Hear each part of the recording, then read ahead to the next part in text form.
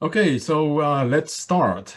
Welcome to November DevOps Meetup. My name is Andrzej Kamensky, and together with Alison Bennett, we are organizers of this event. Now, DevOps, my definition of DevOps is it's extension of Agile. While with Agile, the start is easy, but at a certain point, most organizations face problem. When you've got 2 to 4 teams, it's relatively easy to work together. However, when you have 5, 10, or 20 teams, things become complicated. Now, how you scale it, how you collaborate, how you communicate. Agile in this moment is a relatively mature product or mature framework. It's over 20 years old. Now, DevOps, it's just about, 11, 12 years only. So at this point, we are starting facing the similar problems as Agile was facing. How to scale? When you've got 3, 4, or 5 teams doing the development and operations, each of these teams mostly start building their own stack. Now, coincidentally, last week, Puppet Labs published their annual report, State of DevOps. They do it every year since 2011. Now, there were 2 things that were pretty interesting, which I found it pretty interesting in this report, which relate actually to topics in today's meetup. The first one was about scaling DevOps. Most of organizations focus on evolving their DevOps practices, but at a certain point, they start facing a ceiling, a blockage, because you can optimize only so much. Now, scaling becomes hard because of the tightly coupled architectures. Now, a report found out that the best performing organizations report 6 times higher use of internal platforms that enable the delivery teams to deliver faster. But these are not just the platforms like AWS or Azure. These are the very specific platforms to the organization, built obviously on the foundation of AWS or Azure. But those platforms are shared across multiple teams. They are treated as a product, not as a project. Now, to build such a platforms, we need to have a good architectures. And Agile architecture is one of today's topics in our meetup. The second part of the report is talking about application of DevOps principles to change management. Often the change management and release is a bottleneck in the organization. They have often inefficient and rigid processes. But let's be honest, they were a good reasons for that. Too many applications were failing in the productions, and a lot of organizations are very sensitive about this. Now, those applications ultimately need to be supported by someone, and today's model is site reliability engineering. I was speaking with Alison earlier today, and she reminded me, when we were hiring actually our first SREs at WorksafeBC, I said it, and as a matter of fact, I still insist, I still mean it. If I were starting my career today, I would want to be SRE. And why? Because it is like drinking from the fire hose. You need to understand the business, you need to understand the architecture, you need to understand technologies, coding, networking, understanding how the packets are flowing, you need to understand security, everything, right? That's the quickest way to learn. So tonight we've got 3 speakers and 2 topics. We'll be talking about site reliability engineering, and we'll be talking about Agile architectures. So I'm sure you're going to find these topics interesting. With this, I'm going to hand over to Alison. Hey, thank you, Andre. Welcome everyone to the November meetup. For those of you who are joining us for the first time, my name is Alison Bennett, and as Andre said, I co-organized the meetup with him. And we hold the meetup monthly, but this is our final meetup for 2020. We'll take a break as we normally do in December for the holiday season, but we'll be back again in January. Before I introduce our presenters, just a reminder, please add your questions for the presenters into the chat at any time throughout their presentations. Or better still, ask your questions directly in the Q&A session, which will be after each presentation. And please remember to mute your microphone until you need to speak. So our first presentation this evening will be both from Jason Bellis and Naveen Aggarwal. A little introduction to both of them. Jason began his career as a software test engineer at Microsoft. He's worked in QA, performance testing, software configuration management, and deployment automation. And in January this year, Jason joined the SRE team at WorksafeBC. Naveen's background includes developing collaboration platforms, content management systems, and automation solutions. He's worked in various engineering and architecture roles in a number of different countries.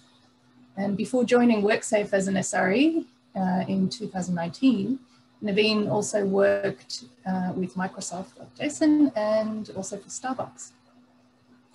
So Jason and Naveen will be diving into the SRE role this evening and sharing their experiences via a day in the life of an SRE. So I'd like to welcome Jason and Naveen, and I believe Naveen's kicking off this evening. So welcome, Naveen. Thank you, Alison. I'll share my screen.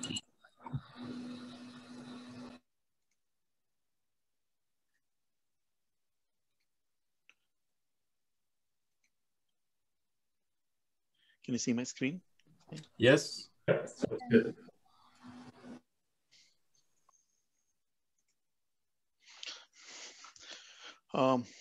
Good evening, everyone. And thanks for joining this evening for DevOps Vancouver Meetup. And again, I would like to thank Andre and Alison for giving this opportunity to present at Vancouver DevOps Meetup. So I'm a Naveen Aggarwal, working in SRE team with WorksafeBC. And today, along with my colleague, Jason Bellis, will give you an overview of SRE practice at WorksafeBC. I will start with an introduction to site level engineering in general and explain some concepts we follow in SRE. And then Jason will take over and he will continue with how a typical workday looks like for an SRE at WorksafeBC. So with this, let's start with a brief introduction of mine. Myself, like Naveen Aggarwal, I'm an SRE at WorksafeBC. I joined WorksafeBC in 2019 last year. Before that, I was working in Greater Seattle area for approximately 6 years, out of which 5 years with Microsoft and like little more than 1 year at Starbucks.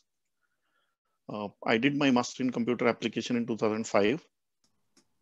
I have a total 15 years of work experience in IT industry in different roles. And as Alison mentioned, so I have a experience in working on different type of application, desktop, mobile application, big data, productivity solution, and automation solution. Since last 5 years, I'm working majorly on cloud infrastructure and automation, focus on Azure and AWS. And I love building and troubleshooting large scale systems. This is my LinkedIn profile. So the topics which we are going to cover today are like, we'll start with what is introduction to SRE, the core functions of SRE, what is Toil, data-driven operations, incident response and operation support, how do we measure systems, how do we release software, change advisory board, how do we onboard new services for SREs, and what are the recommended way of eliminating Toil, and then we'll follow with question and answer. So let's start with like SRE at WorksafeBC. So first, like here are a couple of things to keep in mind, like while we define WorksafeBC, SRE at WorksafeBC. So our SRE team is it's a new team, and like yet it doesn't span yet across the organization. As we are small, so we must be very strategic about the area of focus where we work. And everything in this presentation is a specific implementation of SRE at WorksafeBC. So having said that, like the team has one goal, continuously improve the reliability of online services at WorksafeBC. And we believe that SR is a mindset, like how do you manage your operation, and it's not just like a job title. So enough with the caveats. So let's see like what is the purpose of SRE at WorksafeBC, and to understand that, let's first see like what is site reliability engineering is. So according to like a Wikipedia definition of reliability engineering, it's a sub-discipline of system engineering that emphasizes the ability of any equipment or service to function without failure. So if you search Google for a definition of SRE, you will come across like many definition. And if I have to define like in a simplest form, I would define it as a simplest form as a sysadmin who can code and the coders who can do the sysadmin. With this, like site reliability engineering is a discipline that incorporate aspect of software engineering and apply them to both infrastructure as well as the operation problem. So there is a very popular definition which is widely accepted by the industry is like SRE is what happens when you ask a software engineer to design an operation function. So this one is given by the Benjamin Trainer, who is the person who created Google first site reliability team. So an ideal site reliability engineer is a candidate like either he's a software engineer with a good admin skills or a highly skilled system admin who know like how to code and do the automation.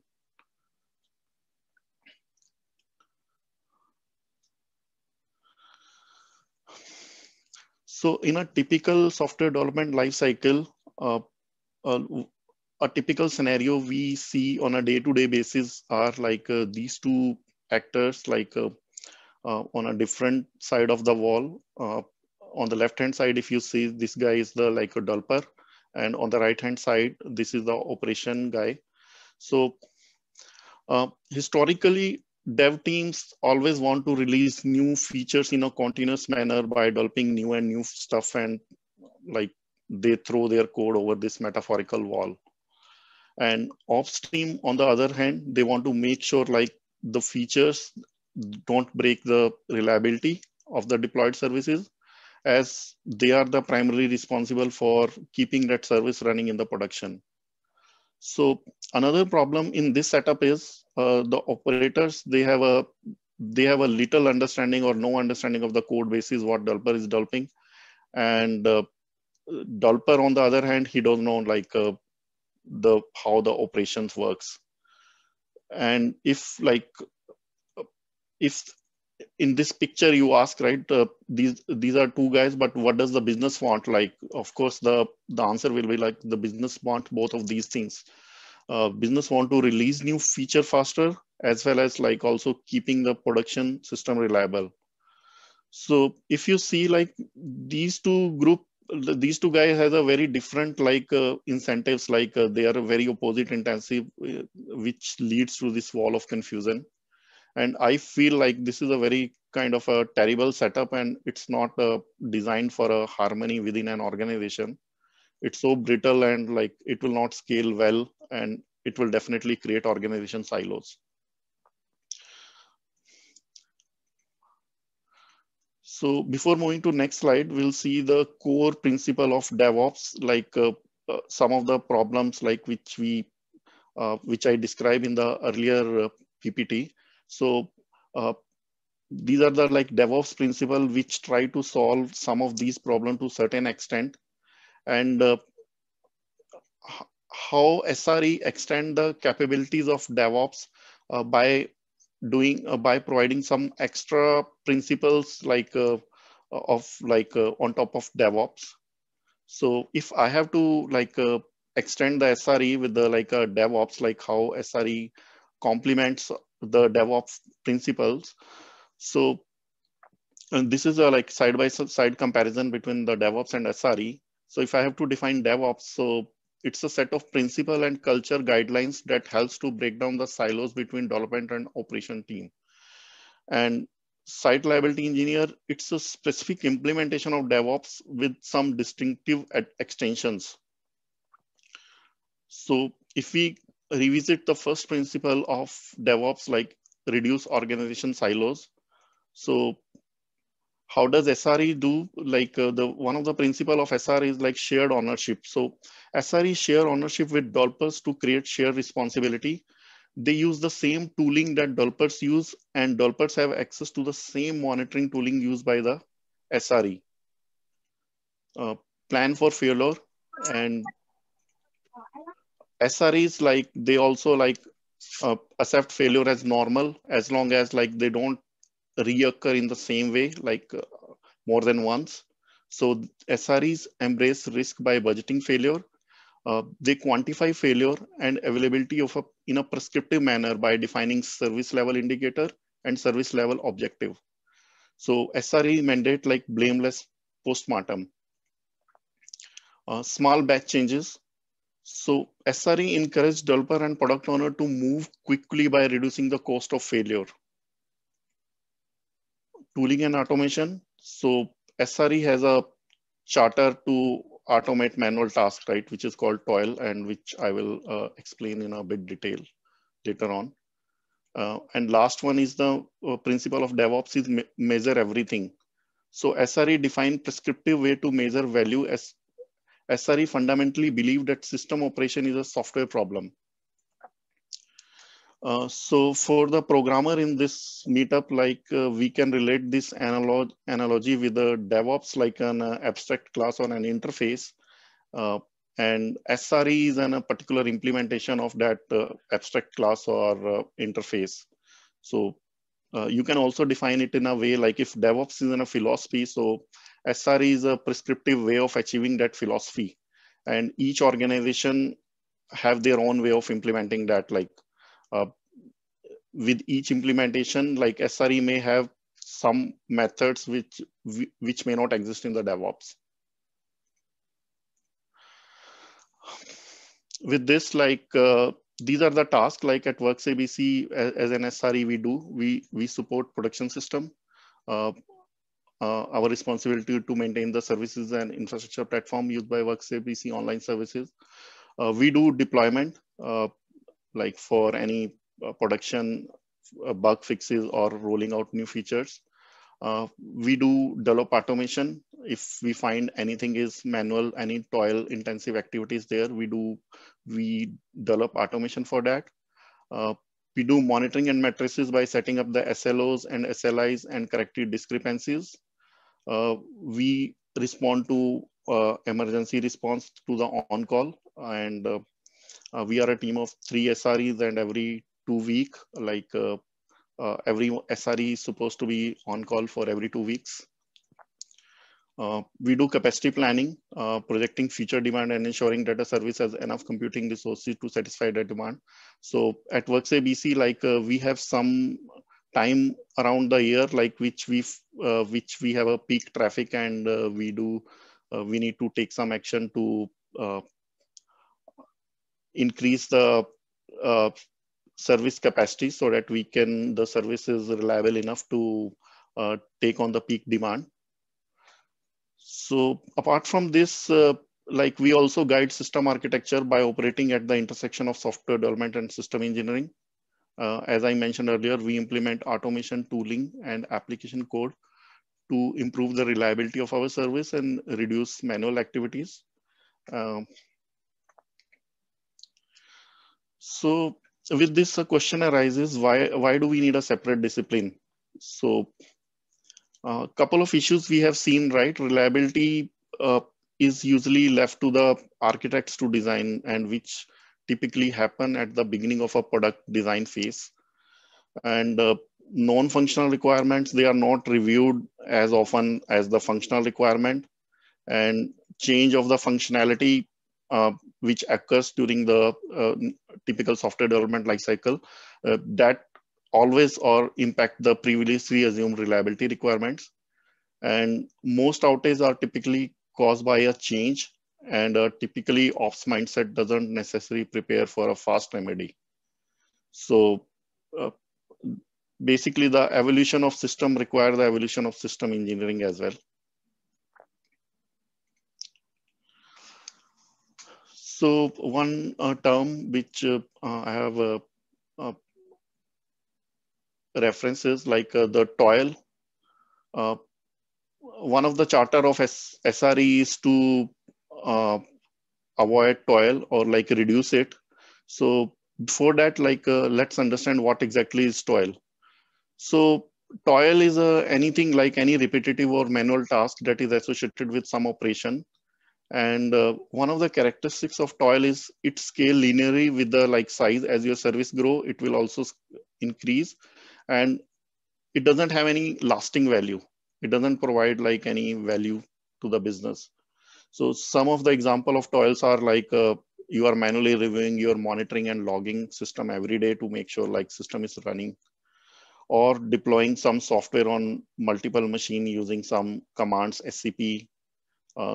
It could be also handling quota requests for applying database schema changes, or anything like turning up a new service in a new availability zone or regions where like you are copy pasting the configuration and manually migrating the data.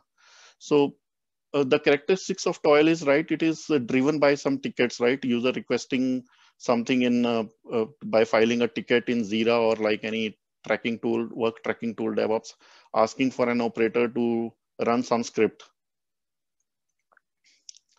So why toil is bad? As we know now, right? What is toil? So why it is considered bad? So system which are toilsome, which are a heavy toil, they are very expensive to maintain. They require scaling headcount as fast or even sometimes faster as your service scales. Toil accumulates, right? The project which has more toil, the team will always find in a situation where they will have very less and less time always to take care on more important project work. Most incidents are a result of changes to the running services. And if on top of it, if you have a toil, that will increase that risk of regression due to error-prone manual changes.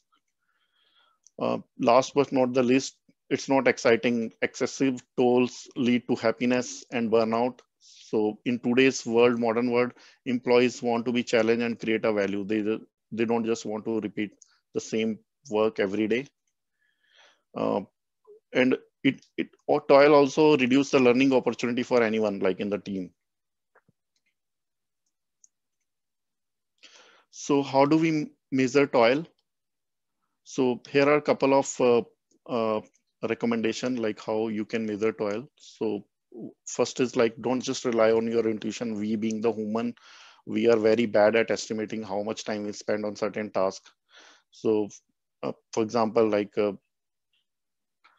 like we profile our code before we do any performance testing. So we should also like measure how much toil we have before we start working on the efficiency. So we can use normal tool like for measuring the toil. So if you are using any tool for tracking your work, like just look out the same tools you use for tracking your project, Jira tickets or Azure DevOps backlog. Compute an estimate of how much time is being spent on various type of work. Try to look for pattern or trends in your ticket, survey, and on-call incident response, and prioritize based on the aggregate time spent on it. So identify opportunity for high impact toil reduction, which can result in reduced cost and increased team efficiency. So what are some suggested patterns for reducing the toil? So first is implement auto remediation. A human should not be the first point of contact for any alert. So for every alert, right, there should be an automated response that can fix the alert right away. This will, instead of a like human doing some action, so this will allow you to dramatically reduce alert fatigue. Every alert that you have encountered with an application, most of the time that has a defined step to resolve it, right? These are like,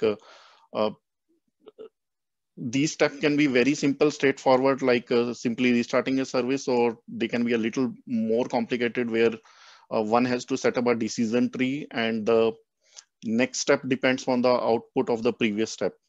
So, but all of them can be automated, because if like a human can do something, so the machine can also do.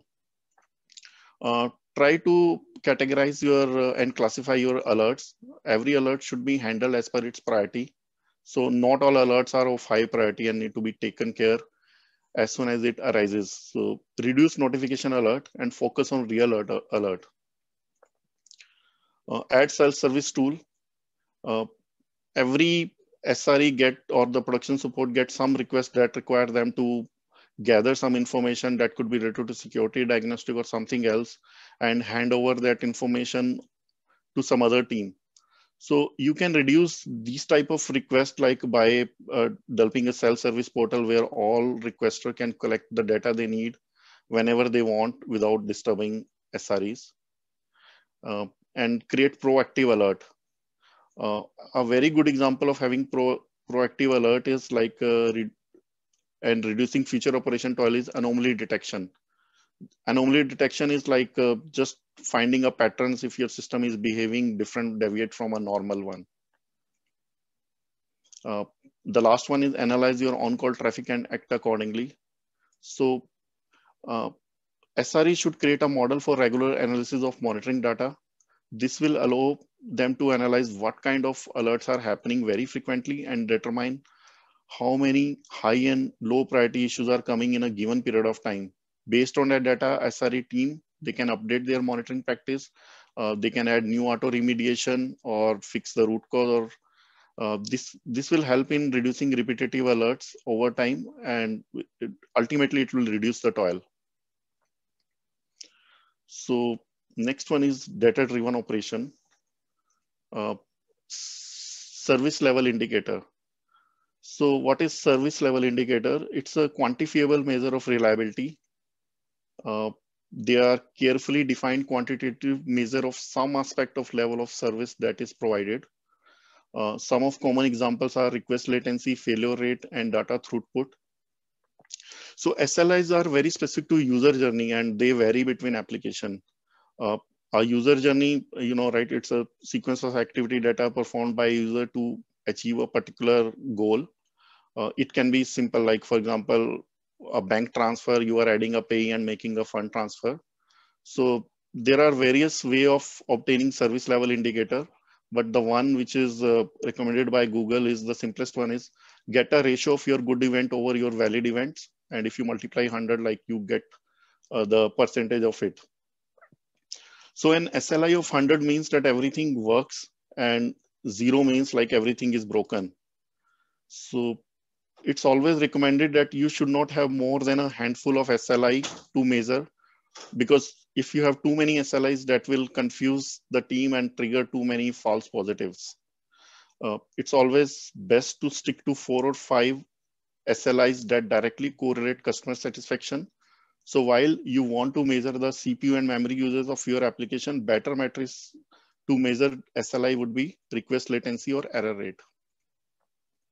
The next one is the service level objective.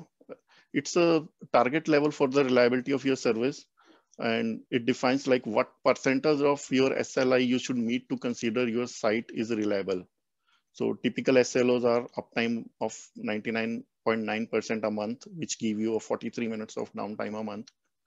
99.99% of HTTP requests in a month succeed with response success code. And 50% of HTTP requests return response in under 300 milliseconds. 99% of log entry processing under 5 minutes, or like for a publisher's subscriber model, 99% of message in message queue are processed in less than 1 minute. The last one is the service level agreement, which is a more of a explicit or implicit contract or promise with the user that include a consequence of meeting or missing the SLO they contain. So they are more formal and are a business level agreement with the customer stating that like what would happen if organization does not meet the SLA. So they can be either explicit or implicit. So an explicit SLA is the one where it's defined like consequence for not meeting the reliability, which are mostly in terms of monetary, like if your service is not behaving, meeting the reliability target, so the provider has to provide some service credit or some extended use of licenses. On the other hand, implicit SLA is measured in terms of like reputation of business and customer altogether jumping the ship. So as these are like more relevant in case of paying customer, like, but on the other hand, SLO can be useful for both paid and unpaid account, and as well as internal and external customer. So this is a kind of indicative table which just give you a amount of time of unavailability window based on the how much SLO you want to define. So if for your service you want to define 100% SLO, it means like you can't afford any downtime around the year. On the other hand, if you see 99.9%, which give you a downtime of around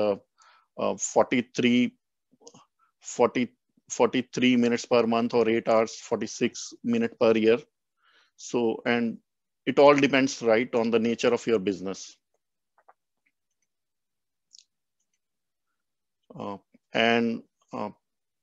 Like business, your like top executive, like marketing, they always want like 100% reliability. But according to, again, Benjamin, trainer, like 100% is the wrong reliability target for basically everything, because it's not a reasonable target, since like every component of end system has a non-zero probability of failure, which make a service. An external component such as your internet service provider sitting between customer and the US service, they are not 100% reliable either. And if you are targeting for 100% SLO, so that doesn't leave any room for any adding new features, because every time you add a new feature, that has a potential to disturb the service. So here comes the error budget. So error budget is like a quantitative measurement shared between the product and SRE team to balance innovation and stability. And the formula for that is like 100% minus your defined SLO, be it 99% or 99%. So for example, if your SLO is 99%, the error budget will be 1%.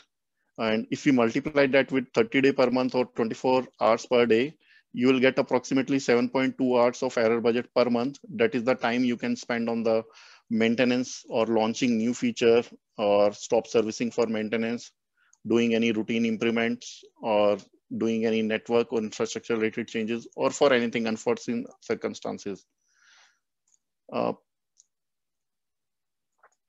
So these are actual data, but like if your service has a redundant setup like active passive or the DR setup, so it's possible to enhance this number because like your service will still be available while you are patching one server by taking it out of the rotation. So I will end the first part of it with the recap of like SRE's job is to ensure systems are reliable and they are not a roadblock on the way to the production. Incidents are okay as long as like you can minimize the impact and prevent reoccurrence, and eliminate toil, try to automate everything, have an optimal monitoring system. So if you want to know more about site reliability engineering, these are the two very good reads by Google, the Site Reliability Workbook and Site Reliability Engineering. And the good part is they are free. If you just search with this and PDF, so you will find it.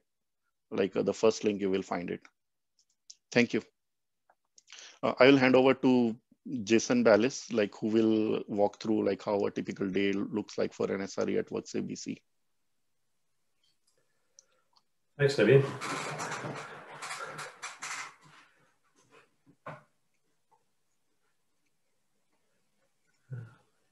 Can you stop your screen share? Yeah, sure. 1 second. Thank you.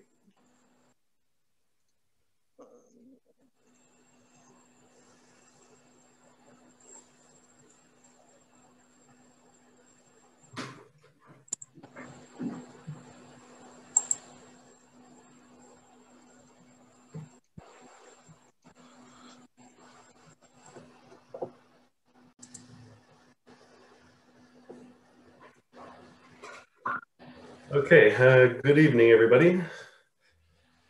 My name is Jason Bellis, and I'm a site reliability engineer at WorksafeBC. And tonight I wanted to talk to you about what a typical day looks like as a day in the life of the SRE at WorksafeBC. But first, a little background about me. I joined the SRE team just under a year ago in January 2020.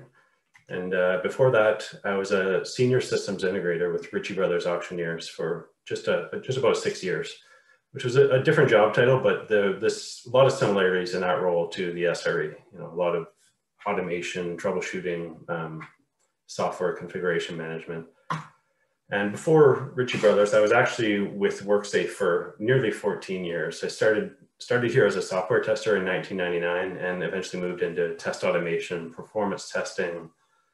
And over time that evolved into more like software configuration management, systems administration and deployment automation.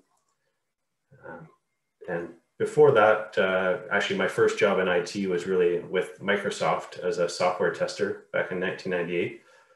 That was my first exposure to the software industry, and I was only there for 1 year, but I learned a ton in that short time, and it really got me hooked on the software industry ever since. And before getting into IT, I was in electronics manufacturing for a while with Nortel. So here's the thing: in this business, reliability is the absence of failures. No news is good news. So when the dashboard's all green, the systems are running smoothly, right? So the better you are at doing this job, people might start to wonder, so just what does the SRE do all day anyway? Kidding, of course. But some of the main things we do, as Naveen was mentioning, is incident response and operational support is a big part of the job. And then there's measuring and monitoring the systems, releasing software, participating in the change advisory board meetings, onboarding new systems, error budgeting, and of course, eliminating toil. So when it comes to incident response, the pursuit for high reliability is a core value of our team. It's really like a personality trait. We tend to be pretty passionate about the customer experience. We're the type of people that we see an exception in the log files and we need to find out what's going on, why that happened. So we try to keep operational support less than 50% of our workload, but it's a constant challenge, obviously. We're a team of 3 SREs and we have a fast growing portfolio of systems. So there's really never any shortage of errors or log files to be investigated, that's for sure. A typical day would involve quite a bit of triaging alerts and incident reports, usually investigating what the root cause is. This could mean anything from debugging the application code locally to combing through log files in the app servers or firewalls or load balancers and so on. So problem solving obviously is a huge part of this job. And for me, it's actually one of the most rewarding parts as well. I really like solving problems and it keeps the day interesting. So since monitoring and automation is at the core of what we're doing, we're constantly tuning our alerting systems, trying to find the right balance of useful alerts and eliminating false positives. So if we get an alert and there's no action needed from that alert, well, the action is improve the alert because we don't want to be wasting our time. So proactive versus reactive incident response. We really have 2 main sources of the operational support, which are coming from either the automated alerts through email and SMS. These might be availability failures, slow response, could be exceptions or dependency errors, or maybe even we fail to meet the service level objectives, because of course we're measuring those all the time. And the other type of incident is the ones that come from the end users, which we have a sad face there because it's sad because we don't want our users telling us when the system is slow or not responding. You know, we're trying to be as proactive as we can, so we should know what's happening before the users do. But in practice, that can be not so easy to accomplish all the time. We're always learning new failure modes that might impact our users and improving our monitoring to detect this new type of failure. And achieving that optimal monitoring is a path of continual learning and improvement. So it's always a work in progress, which leads me to the next part of my day, which would be releasing software. So when SRE team is deploying a change, it's usually one of two things. We're changing the application. It might be improving logging of telemetry, reliability enhancements, or maybe a small bug fix or a functional change. Or we're maybe changing the infrastructure through infrastructure as code. So that could be like adjusting the cloud resources, changing the size or capacity, or more likely adjusting our alerts, because we're constantly tuning alerts. And alerts are part of the infrastructure when it comes to Azure. They're deployed like resources in Azure. So we do that with ARM templates and PowerShell scripts. And when it comes to releasing these changes, we follow the identical process for both apps and infrastructure, which means we're using CI/CD pipelines running in Azure DevOps. So an SRE can commit a small code change to Git, and we're following basically pre-established workflows that will deploy it all the way to production. And in these workflows, we have appropriate guardrails that are baked right into the pipelines. Like, for example, we have branch policies that enforce that we're doing pull requests and code reviews. And when we finally merge that code, it triggers the build pipeline where integration tests and UI and regression tests will kick off automatically as it moves through the environments. And even DevSecOps is baked into the pipeline with vulnerability scans and security approvals built right into the workflow. So the only thing that we haven't really automated in our pipelines is change control, which I'll expand on a little bit later. And there are separate pipelines for the application and the infrastructure, but it's the exact same workflow for both. You know, everything is defined as code. It goes through the same security scans and tests and approvals. So it's a pretty tight setup. So when it comes to releasing the software, who supports the SRE? We're caretakers of the applications built by our Agile teams, but we're not entirely on our own to support them. The SREs will fix or enhance what we can, but we do have the support of the dev teams when we need them, which includes developers, architects, cloud systems engineers. Occasionally, some issue might arise that might warrant some significant code refactoring or some big changes. In those cases, we might even exercise what we call our return policy for the software. If the change is very large or very involved, we might pull in the original dev team to do some of that heavy lifting.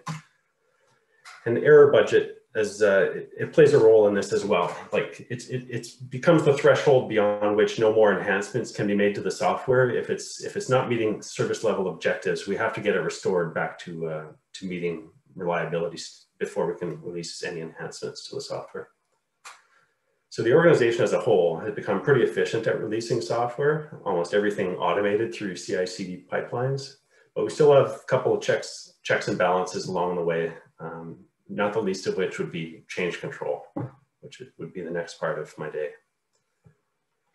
So WorksafeBC being a fairly large enterprise, there's literally hundreds of business systems running on a highly distributed infrastructure with both cloud and on-premise components. And dependencies are everywhere and change is constant. So things can get fairly complicated. Each week we have dozens of changes being deployed across the organization, and the SREs will participate in the change advisory board meetings, or short name is CAB. CAB is the central forum where last minute risks, concerns, dependencies can be discussed between all the stakeholders involved.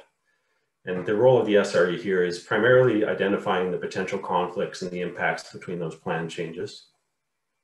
So any planned change, whether it's software or infrastructure, is logged as a change record. It needs CAB approval before it hits production, which is not quite as onerous as it might sound. For low risk changes, we can still deliver very quickly. Like a one-day turnaround is often not a problem. There's always going to be some trade-off here in speed of delivery versus organizational change control. But in my opinion, CAB is an important checkpoint in the process, and it's served us well. It's a good way to catch, because there's a lot of teams doing a lot of change. So this is a central point of communication for everybody to sync up. And if I've learned anything from operational support, it's this. It's that the source of failure is so often caused by a recent change. You know, when something breaks in production, the first place I go and look is in the change calendar to see what's been changed. So if change is constant and new systems are always being built, that leads me to the next part of the day, which is onboarding new applications. So when Agile teams are starting on a new project, they'll begin delivering business value to production in an iterative manner. So initially that product will be built, deployed, and supported entirely by the cross-functional DevOps team. But eventually that product or team will have delivered sufficient business value. They'll start planning for their next project. And this is when we enter a sunsetting phase for the application. And in the sunsetting phase, SREs are preparing to take over the primary responsibility for operating and supporting the system. And at the completion of sunset, then the Agile team can move on to their next initiative and build a new product. But the question for us is always, is it ready for handover? We have an SRE onboarding checklist, which covers several key areas before they hand over the application to us. So the onboarding checklist will include things like whether your architectural documents are up to date, things with like data flows, user flows, authorization, authentication, dependencies. These are kind of this document is important for us to understand what's been built and how it works and the technologies that underlie the whole system. In addition to that, we need to know incident response and escalation. Who are the stakeholders we're going to be notifying if there are incidents in production? In addition, we need to know service level indicators and objectives. Usually when we're sunsetting the product is if we haven't already defined the SLOs with the product owner, the SRE will be guiding and mentoring the product owners in this discussion of defining service level objectives. And we'll be looking at metrics for availability and dependency monitoring to make sure we can alert properly when the system is unavailable. And we'll be looking into the telemetry to see, is there enough traceability? This is especially important when users are reporting incidents, and traceability in the telemetry is, the question I have is, can I find that needle in the haystack when the user is phoning and saying, I submitted the report, you know, and it did this. Well, I've got to go and look in the logs and find the corresponding events. And so, you know, having good telemetry, it's an important part of being able to support the application and find the errors that users report. And we do quality assessments. We're looking at the code coverage, the performance tests, test automation results, UI tests that are built into the pipelines, and so on. We'll be looking at all the known issues and the technical debt that might still be open in the product backlog. Quite often when these products are handed to us, they're not perfect, of course. There's many things that are left potentially unfixed or unfinished in the product backlog that we will be taking on. And we'll be arranging access finally to the different environments and production if it's applicable, and access to approve all the pipelines, the CI/CD pipelines in Azure DevOps. And then when it comes to onboarding, SREs are constantly revising our practice, you know, trying to shift left as much as possible. Previously, a lot of this sunsetting work was left until sort of late in the project, and we found that was causing some rework and possibly introducing some undue risk late in the project if we were having developers change the telemetry or, you know, releasing changes specifically for the non-functional requirements that SREs were imposing. So, you know, we found teams were making those late changes to satisfy our NFRs, and that was not ideal. So lately we're moving that more upfront. We're working with the teams earlier in the development lifecycle, trying to get those NFRs in the backlog as early as we can. And we're finding with this early and frequent engagement with the dev teams and the SREs, not only do we produce better software from the get-go, we're getting the added benefit of knowledge transfer as a continuous flow rather than this one-time exercise at the end of the project. So what else? After we've extinguished all the fires for today, and the other 50% of our time should be available to automate and innovate. So high on that innovation list is eliminating toil. So with any IT operations, usually comes some form of toil. You know, those repetitive and mundane tasks that should have been automated, but for some reason they just never were. You know, most systems have these little known shortfalls, or maybe even little data fixes that need to be done on ad hoc or on a schedule. And in some cases, this can mean automating the initial response to alerts. Like if certain alerts are common, we might automate our response to that alert so that we don't have to manually get on and do something about it.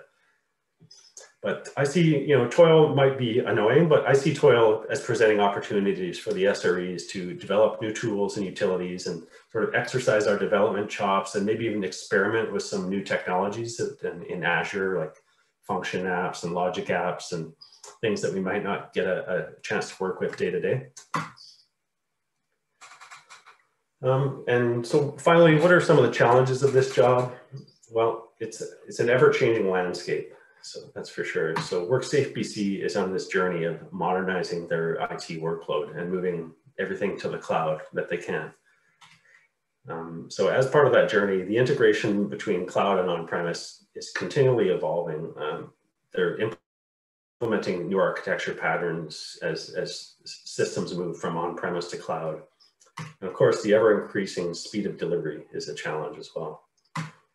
So SREs being the custodians of multiple products and systems that we didn't develop or test, and we need to understand the business workflows and the systems well enough to support our users, and sometimes having very little functional documentation, and we're using only the clues from the log files, and of course having the source code as well to reverse engineer a problem. But the good news is, with all these challenges, every day brings a new challenge, and that's what keeps the job interesting for me. And of course, we have the support of the developers, the cloud engineers when we need them. I'm always learning a ton from my very skilled colleagues. And the source of failure, again, to sound like a broken record, is almost always a recent change. So that kind of wraps it up. These are basically the things that are keeping me busy on a day-to-day basis as a SRE at WorksafeBC. Yeah, I want to thank you for your time and for coming tonight. Thank you, Jason. We had a couple of questions. Some of them were already answered in the chat, but one of the first questions was, how many developers, users does SRE team support? And either you, Jason, or Naveen, maybe you can elaborate on this. What's your approach? Sure. Well, in terms of number of users, well, some of our applications are public facing. So they're on worksafebc.com, and they're intended for employers, workers, and healthcare providers across the province. And so that could be tens of thousands of people in a given day. Employers and healthcare providers, they're constantly interacting with our website. And we also have internal applications for our internal users. So that could be anywhere from dozens to hundreds of internal users, depending on the application we're talking about. And in terms of our development teams, you probably have a better head count than I do, but I'm sure our DevOps, well, I know we have probably in the area of 8 to 10 pods, Agile teams. And that's not just developers, that's product owners, business engineers, Yeah. 50 developers, 50 to 100, like around 100 developers. Yeah, we are not looking at it from perspective of number of developers. We are looking more from perspective of number of applications that are being supported, right? Mm-hmm. And the workload. I think there's often a source of confusion. Is there a ratio of developers versus QA, or SREs versus developers, right? That's not the right approach, I think, to this. Mm-hmm. Yeah, I mean, what I'm finding right now is the number of SREs we need is directly corresponding to how smooth our applications run. So if, we could do 20 of them if they all ran perfectly, but of course nothing is perfect. And we probably have, I would say, roughly a dozen or so right now that are, some of them take more time than others to support.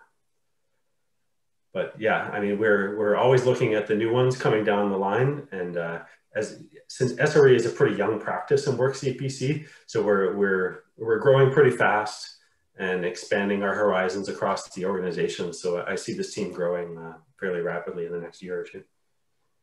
Excellent, thank you. Another question was, what's the best way to start SRE team in an organization, and how do you know is the right time for organization to have an SRE team? That's a tough one. Would you like to field that one, Andre? Okay, so in the case of WorksafeBC, we started late with SRE, so we established the DevOps practice first.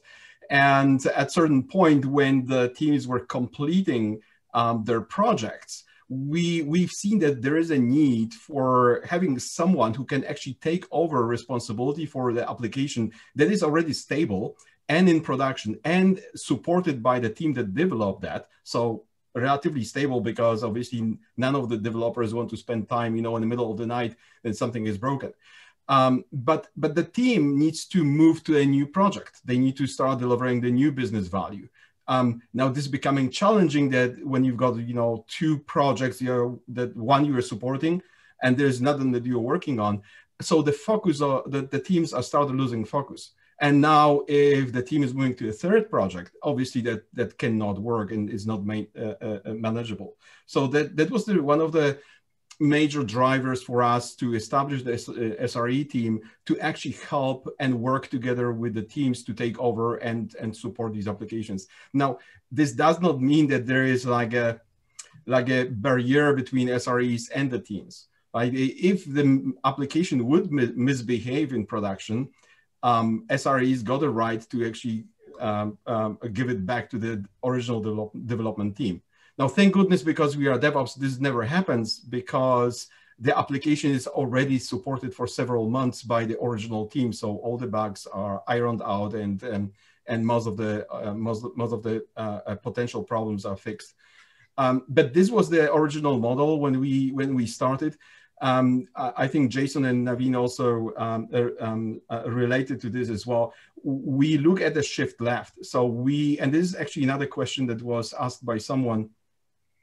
We try to engage SREs at the very beginning in the development process or design process, because SREs know exactly, and it can provide non-functional requirements, what will be needed to support this application from perspective of monitoring and what type of information they will need to collect. So ultimately, ability to support those applications is a key aspect of designing application, right? So here where the architects are being involved, here are the developers are involved.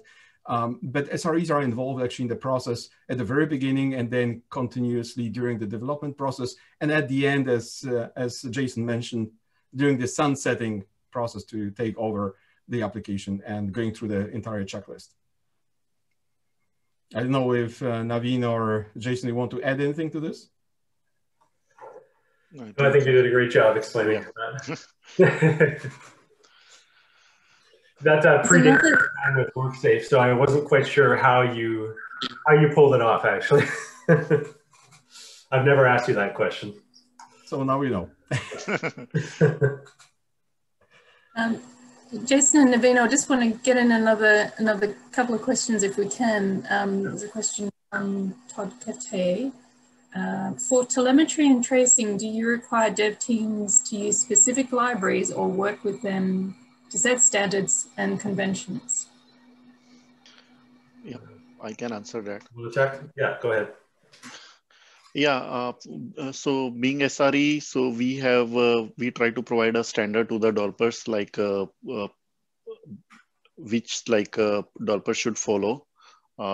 Most of our apps, they are doing telemetry based on the Azure App Insights, and as an SRE, we expect like a particular level of telemetry which we are looking for each type of service, whether we want to track it end to end, and we want to see like the errors. So we have an exhaustive checklist which we provide to the development teams, which they can follow, because that is the telemetry checklist we validate at the time of we take over the application. And in that, we want to make sure the application has baked in telemetry, what SRE, what will be needed by SRE to troubleshoot or maintain the application in the production. You want to add anything, Jason, there? Well, just the fact that, yeah, it is all based around Azure Application Insights, but depending on the technology they're building, like whether it's server-side code, an Angular application, or whether they're, you know, leveraging some of our common UI components, each product that they deliver ends up being slightly different in terms of how the tooling is applied at a code level. So we can't always, you know, just copy what the last guy did, but in general, you know, we want our telemetry in Azure Application Insights. That is our corporate standard, and most of our apps are running in Azure. So yeah, I mean, there's basically a few patterns that are implemented with the SDKs from App Insights. Cool, thank you.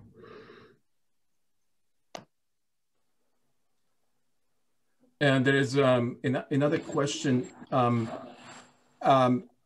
Do you use, sorry, it's a bit off topic, but how do you do Cloud and Freedom of Information and Protection of Privacy Act? Are you using Canada-based cloud technology?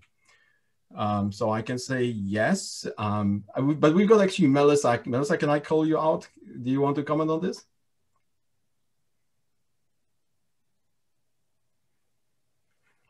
No, but yes, we are using it. Hi, sorry, Andre, I'm driving and I'm pulling over. I'm hands-free too.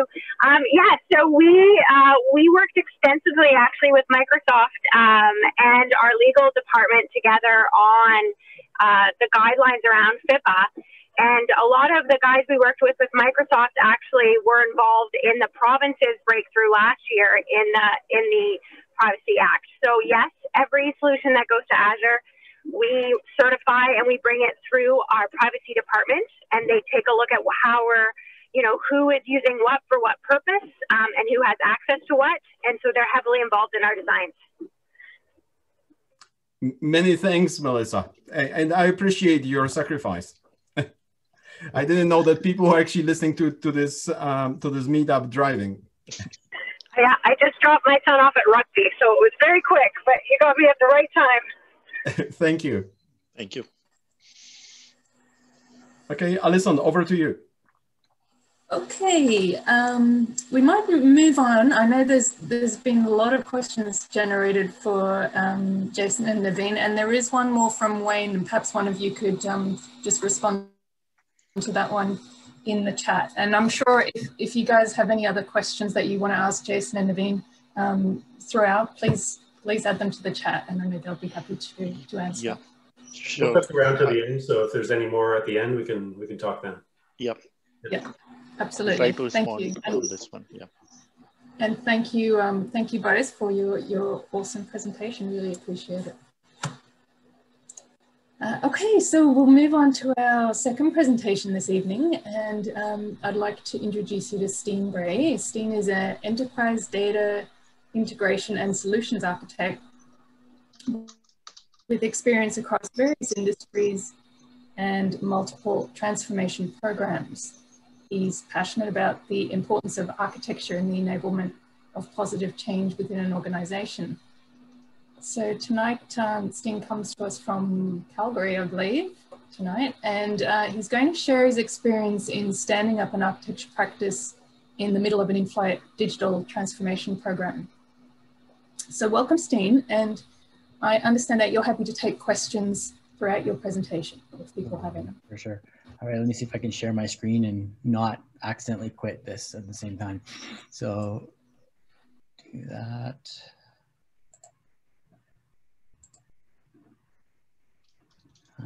Share.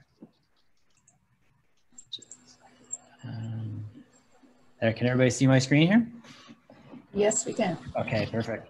All right, well, first of all, thank you very much for the introduction, and thank you for the opportunity to talk to everybody here tonight. I'm a little bit nervous. I'm not normally talking in front of all of these people, so if I'm stuttering and stammering, you guys can laugh at me throughout the presentation.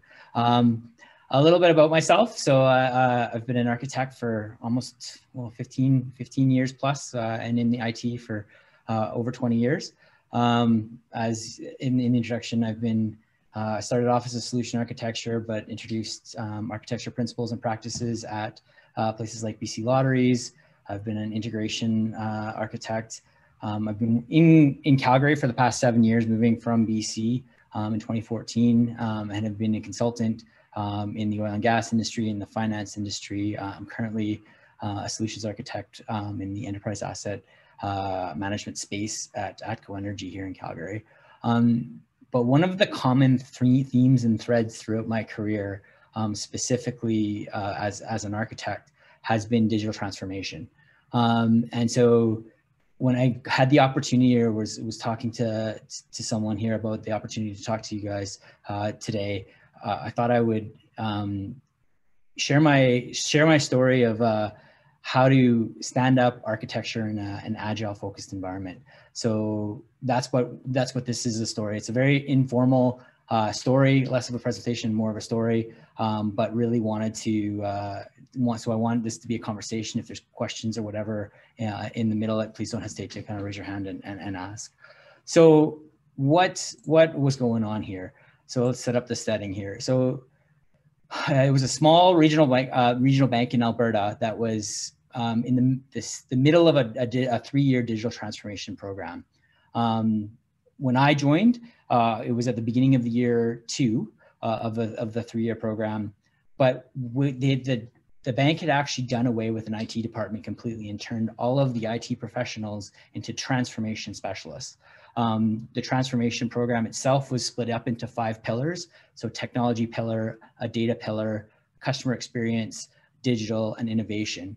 I was hired on to work directly with the chief data officer and the data pillar and his management team to help get their arms around what was going on with all of the different scrums and initiatives going on.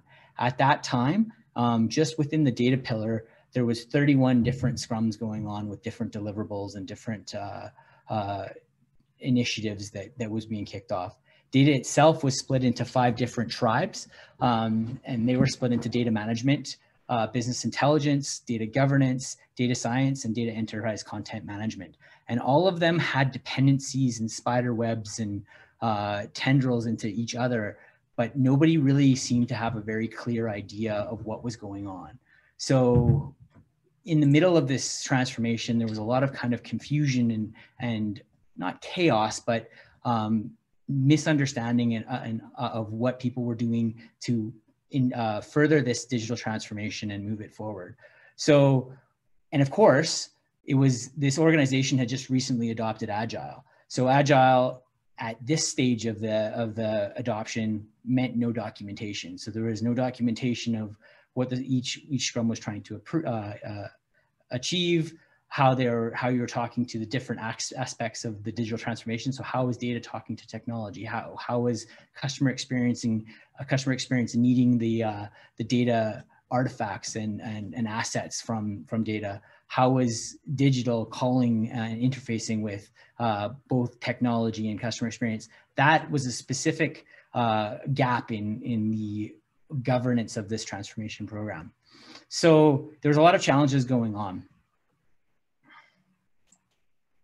So I came in and I took a look, and I kind of came up with 3 major challenges and questions, specifically right now in the data space, but then this kind of broadened the horizon to the overarching transformation program as well. So how do you tie, when you have 31 different scrums just in one pillar, all of the dependencies and the deliverables together? How do you tie what one scrum's kicking off and the other scrum needs? How do you understand the dependencies? How do you ensure that the scrum is delivering to time, to spec, to the priority of what the organization needs, not only from the transformation perspective, but from the data tribe perspective? And the next real big challenge that we had was, how do you communicate? How do you communicate within data? And then how does data actually communicate outward? How do you communicate with technology? How do you communicate to senior management from a business perspective, from a technology perspective? How can you understand what's going on when there is a serious lack of visibility and transparency in this program. And how do you resource all of this?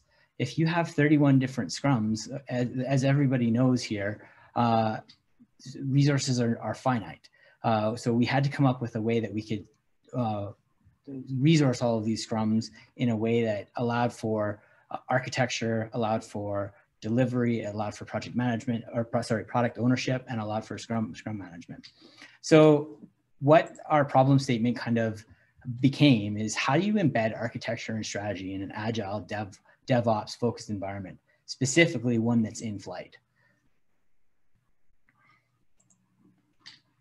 So our answer was agile architecture. So we kind of came up with 4 different pillars of what agile architecture was. The first one was the pillar architect. So that was the role that I ended up assuming. So really focused on the big picture, was really a main responsibility was to clearly define and state the overall vision of transformation, specifically in this case for data. We ended up, as we'll talk about later, it ended up becoming broader, but right now the pillar architect was talking about the overall vision of the data transformation. Then bring that overall big picture down to specifically illustrate each part that the Scrum plays into the big picture, kind of helping to define the why for each one of those, each one of the Scrum members and the team members to understand how the piece of the puzzle that they were working on fit into the overall big picture. Second of all, we built out a solution architecture team. So we ensured that a solution architect was a core member of each team, and they would report up to the pillar architect.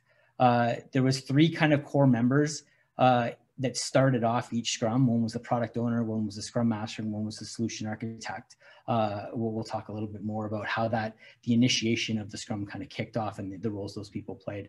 But really, then as we were building out the architecture, we were really trying to make sure that we embraced one of the Agile principles of embracing change. The pillar architect, the architecture was constantly changing, both from a top down, so from the pillar down to the scrums up to the architecture. So we wanted to ensure that the architecture was not rigid but very flexible, and we were embracing change. So, and this is the communication between the solution architecture, the Scrum, the product owners, and the pillar architect would continue to evolve this architecture as we move forward. So, and then the next thing was really important, is we needed to establish documentation and communication standards across the tribes, and then also across the pillars of transformation. So we adopted something called Just Barely Good Enough, and then we adopted a cadence for communication on how we would actually present solutions and dependencies to the broader team. So just barely good enough. What really the concept of just barely good enough is really just the optimization of effort. So we all know that documentation is important as a communication tool. However, excess documentation is complete overkill. I've been in a situation, or in situations, where I've had to fill out 70, 80, 90 page solution architecture documents that really can be described in 5 to 10 pages. So what is the balance of enough?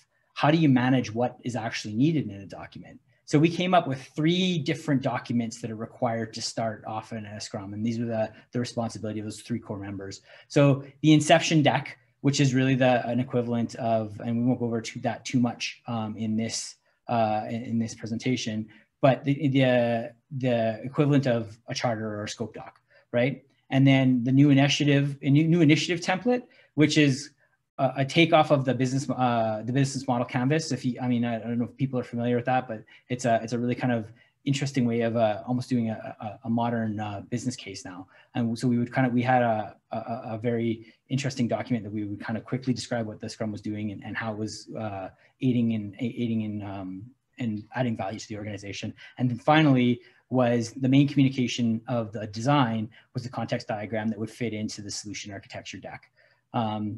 All of these things we used would then go to our Confluence site, and that solution architecture document would become a living, breathing thing that we would direct people to on our Confluence site.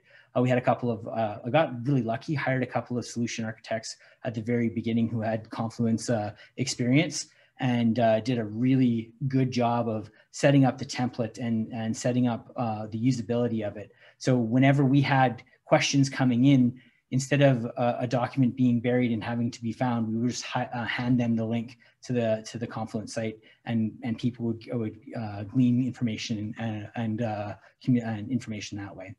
We also were very strong users of Jira, of course, as kind of the Agile task management and Scrum tool. The important thing about these documents is that they were built into the deliverables of each Scrum.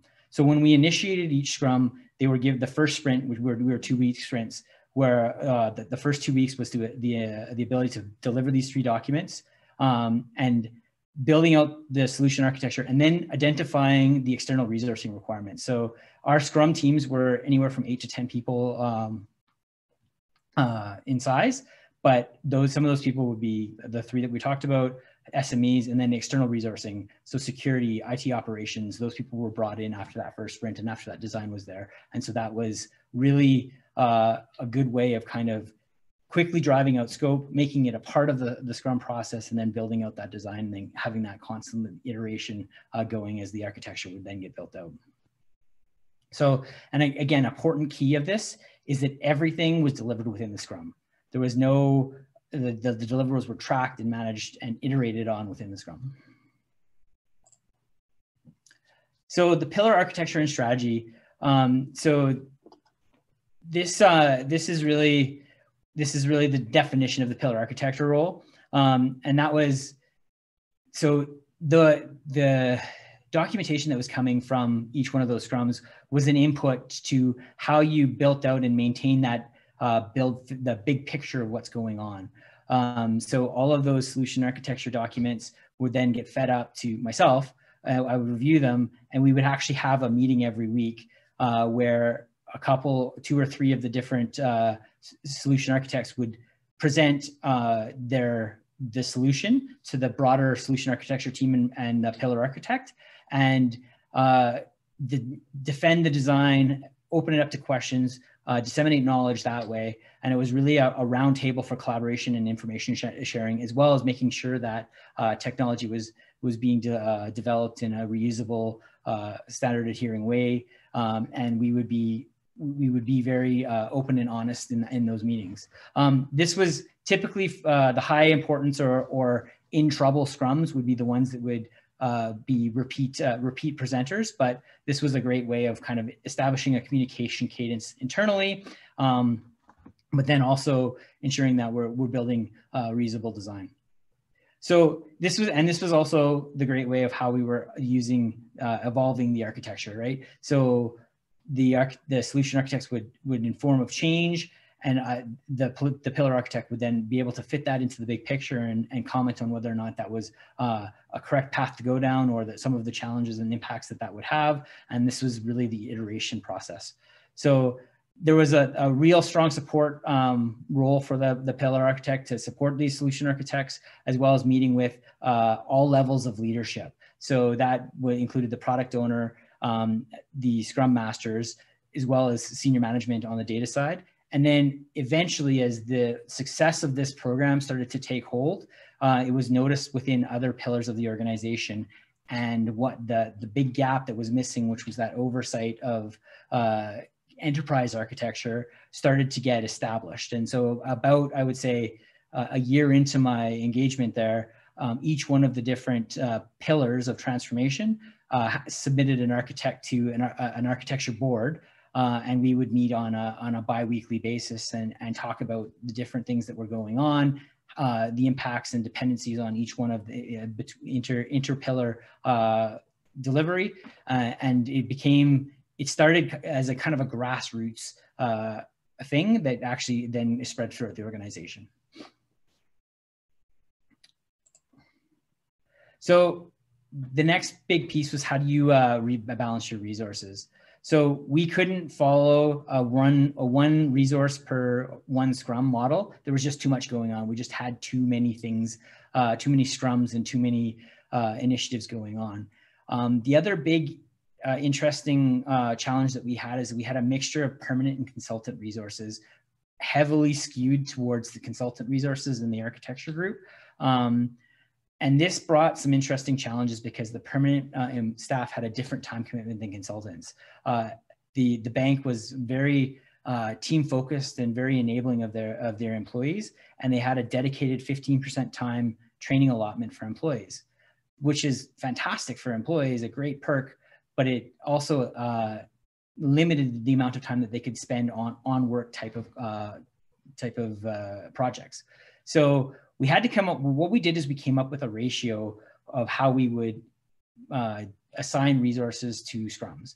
So the ratio was 3 scrums to every one consultant and 2 scrums for every permanent staff member.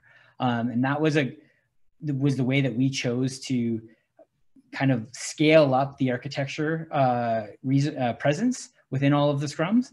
The other interesting challenge that we had is that the solution architect isn't really a full-time role, a full life cycle role. There's a kind of a crossing point where that Scrum a solution architect turns into a technical lead. So I've seen a lot of challenges in this throughout my career of what's the difference between a solution architect and a tech lead. They're quite different, but how do you actually manage that transition? In some cases, I've seen tech leads that come on as the solution architecture responsibility kind of goes down. And in other cases, I've seen that solution architect turn into a tech lead. That was the path that we chose to go to at ATB.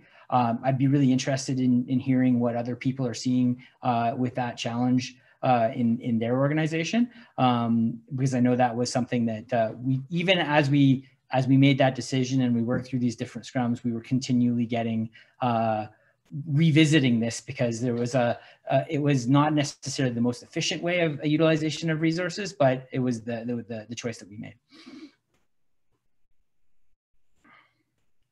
So what are some of the lessons learned that we had through this?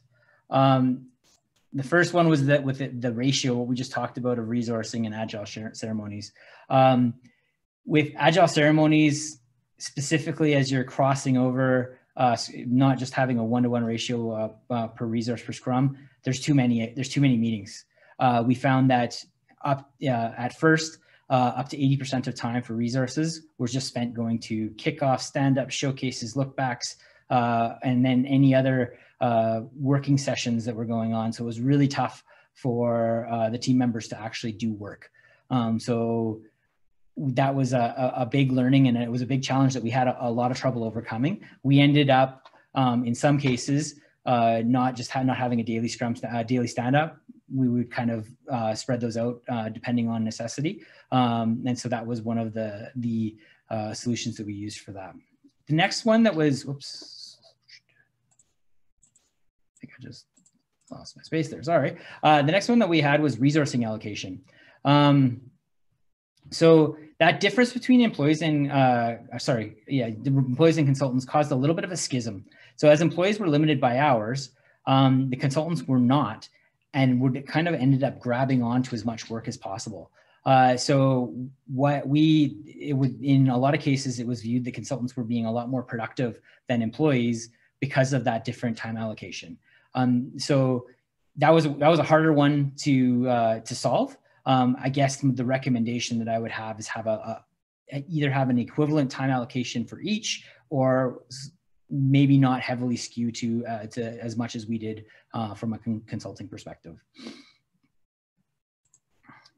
So in summary, how did we tie? So we've kind of figured out a way to tie all of these different scrums and deliverables together through deliverables and dependencies together through the implementation of Agile architecture, which then allowed us to take all of the deliverables, getting that insight into each one of the scrums that are going on, and communicating that through regular meetings, through established just barely good enough documentation, and then how that kind of feeds and disseminates throughout the different tribes and pillars within the transformation program. And then that allowed at least a much better level of transparency and understanding of what was going on. And so I would think that senior management had a better comfort level of what was going on, how how resources were being consumed and when deliverables were going to be delivered. And then we came up with a formula that resourced all of these things together. So that's it. It was nice and short and sweet. Is there any questions? So I've got a quick question. You mentioned business model canvas. You were using this model canvas as an input to architecture, or you modified the business canvas to represent the architecture? We modified it to answer different questions around how the specific Scrum would be of value to the pillar, the tribe, and transformation as a whole. And could you elaborate a little bit more what the content was? Because it's pretty interesting. Obviously, business model canvas got like whatever 6, 7 different areas. What areas are you using there?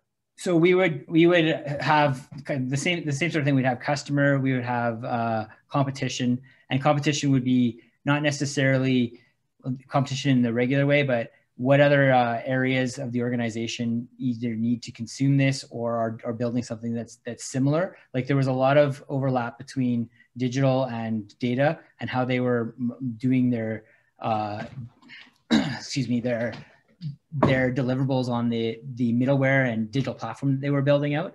So we were trying to make sure that that puzzle piece was being built well known. I think I have a template of it somewhere that I could probably make available. The other interesting piece was understanding what the value was to the organization. Mm-hmm. Excellent, thank you. Steen, we've got a couple of questions here in the chat for you. Boris asks, have you used any methodology for scaling up Agile?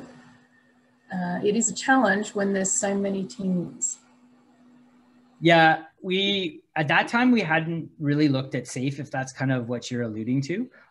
We were definitely looking at that framework a little bit later on in the organization. I left that engagement right as that effort was taking on a little bit more. So I'm not 100% sure where that's gone from there, but I know that there was definitely some talk about that near the end of my engagement.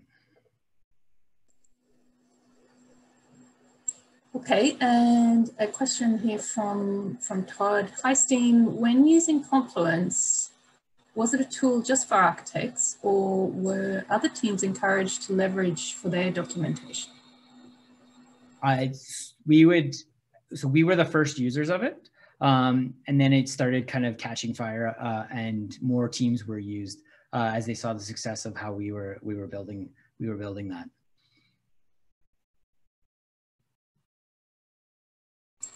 Okay, and Stefan has just asked, what type of artifacts are you creating for architecture and which tools?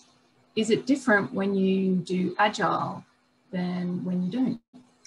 So our number one tool that we used was Confluence for sure. It started off really, so we were a Google shop. So a lot of the sketching and drafting would be done in a Google Slides doc. And then that would be easily shared for review. And then once it got to a little bit more formal of a stage, Confluence would be our big piece.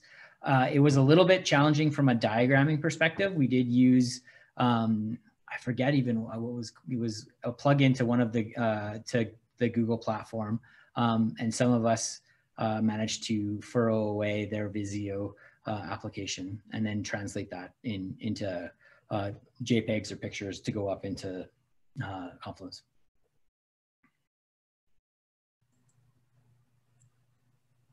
Okay, I think you've probably answered all the questions in the chat at the moment. If anyone else has any other questions for Steen or for Naveen or Jason, please feel free to keep posting them in the chat. Very briefly, we have a special guest with us this evening. Let's bring my details up. Noda Chang, sorry, I knew I'd get your name wrong. It's Noda Changzi from BCIT Faculty of Computing has some really interesting news for us, and she's going to take a couple of minutes just to share with us. So welcome, Nate. Thank you very much, Alison. Can you see my screen? Yes, we can. Okay, cool. So thank you, Andre and Allison, for giving me this opportunity to talk to this community of awesome DevOps professionals in Vancouver. And apparently we have people from other provinces as well. So I don't have as exciting projects as you guys talked about, but we have opportunities for exciting projects with our students. So I teach at School of Computing at BCIT, and I specifically work with a computer information technology or CIT diploma. And as you see, it is a 2-year diploma. We have 4 semesters, each 15 weeks, and students have 7 courses, which is quite a lot of work to do. In the diplomas level, we have a couple other diplomas, computer system technology, which focuses more on programming and computer science, and we have full stack web development. The reason I asked Andre and Allison to talk to you today was that I thought CIT program is not getting the recognition that it deserves from IT industry in Vancouver or even in Canada, now that everything is online. And with the wide range of skills that our students are getting exposed to, I thought we could establish some working opportunities for that benefit both sides. So this is just to give you an overview of the skills that our students would gain during this 2-year program. And as with many BCIT programs, it combined theory and practice. They would learn programming, scripting, some network concepts, database courses, infrastructure, provisioning, operations, some data analytics. So they have a wide range of skills. It is basically a breadth of skills. And where I can see many more interesting opportunities is this course that I'm involved in. It's industry-sponsored student projects, which we abbreviated as ISSP.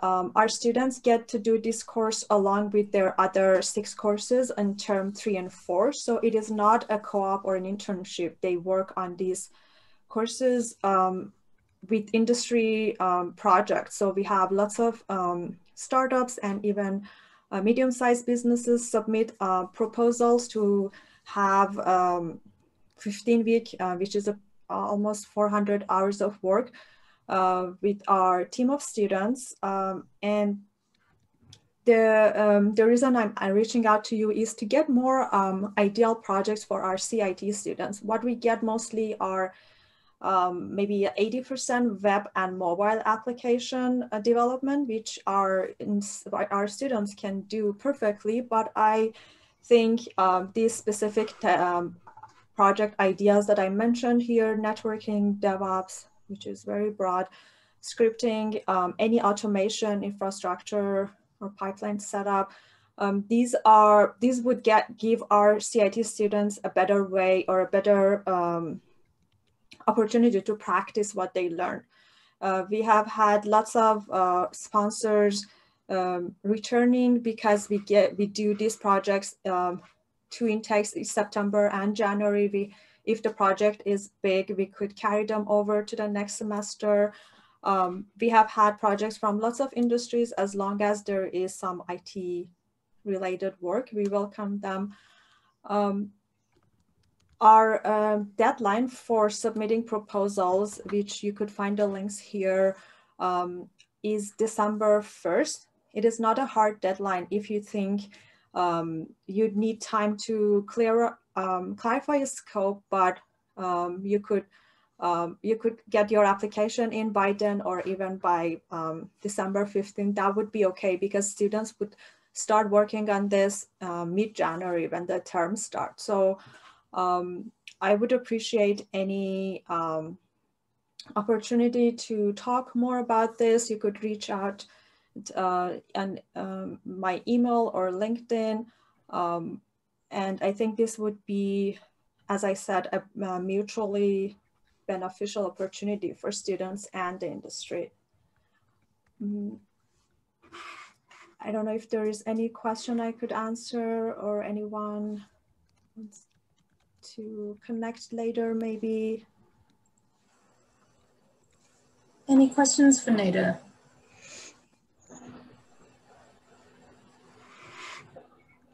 If not, you've got Nada's contact details there, or if you miss them for any reason, you can get in touch with me, and I can certainly put you in touch with Nada. So thank you for very much, joining us. Andre.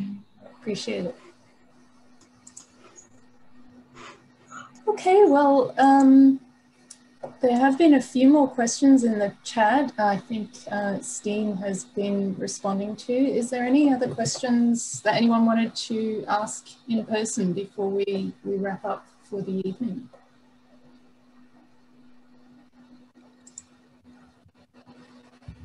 No? Okay, well, I would like to thank you again, Nada, and also thanks very much to Steen, to Naveen and to Jason for taking the time to share their insights with us tonight. And thank you again to our Meetup members for joining us throughout 2020. As I said earlier, we'll be back in January next year with lots of new presenters. Andre, any closing words from you for the end of 2020 for us? You said it very well, so thank you very much. So again, very many thanks to the speakers, and many thanks to the participants who were, well, some of you were braving winds, and some of them, you know, driving cars. So many thanks for being with us tonight. And we always look for speakers. If you are interested in sharing your experience, your knowledge, please contact us. So thank you very much again for attending today's session. Thank you, everyone. Thank you. Thank you. Bye-bye. Thank you. Good night. All right. Bye. Thanks. Bye-bye. Good night.